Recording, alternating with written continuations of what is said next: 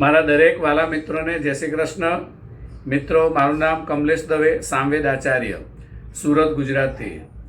આવતીકાલે મિત્રો માક્ષર વદ બીજ છે આપણા ગુજરાતની અંદર. આમ ગુજરાત, મહારાષ્ટ્ર છોડી અને દરેક જગ્યાએ પોષ મહિનો ચાલુ થઈ ગયો છે.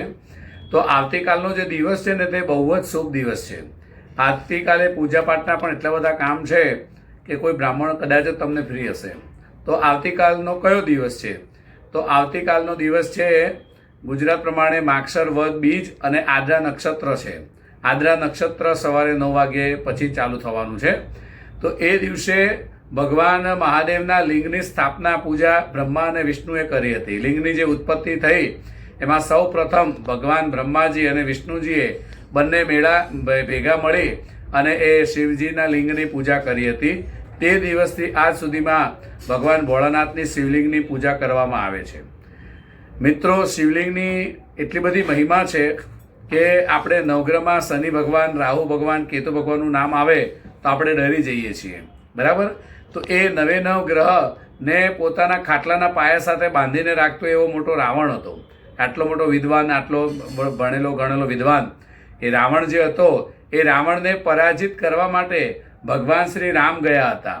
અને ભગવાન શ્રી રામે પણ રાવણને પરાજિત કરવા માટે રામેશ્વરમાં ભગવાન શ્રી મહાદેવની લિંગની સ્થાપના કરી હતી, જેને આપણે આજે રામેશ્વર તરીકે ઓળખીએ છીએ. ભગવાન રામે કરી હતી એટલે એના પરથી નામ પાડ્યું છે રામેશ્વર. તો શિવલિંગના પૂજાનો બહુ જ આવતીકાલનું મહત્વ છે. સમય કાઢી અને ચોક્કસ ભગવાન શિવલિંગની પૂજા કરજો. જે ભક્તિ અને શક્તિ પ્રમાણે તમને જેટલી સમજ પડે એ પ્રમાણે પૂજા કરવાની. બાકી પૂજામાં એવું હોય છે કે ભગવાને દૂધ, પછી પાણી, પછી બીલીપત્ર, કાળા તલ, કમળ કાકડી, કમળનું પુષ્પ, ધતુરાનું પુષ્પ અને અબીલ, ગુલાલ, સિંદૂર આટલું વિશેષ ચડાવવાનું હોય છે. તો આ ચડાવવાથી એટલું બધું તમને પુણ્ય મળશે કે તમારા ધાર્યા જો કામ છે એ પણ તમારા જલ્દીથી પૂરા થઈ જશે અને ભગવાન ભોળાનાથની કૃપા આપણા ઉપર હંમેશા રહે છે. તો આવતીકાલનો દિવસ ભૂલાય નહીં. ભગવાન ભોળાનાથની શિવલિંગની પૂજા ચોક્કસ કરજો. અને એ આદ્રા નક્ષત્ર પરમ દિવસે સવારે 7 વાગ્યા સુધી છે.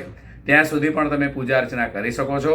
મિત્રો, જો આ વિડીયો સારો લાગે તો સબસ્ક્રાઈબ કરજો, શેર કરજો, કોમેન્ટ કરજો અને લાઈક કરજો. જય શ્રી કૃષ્ણ.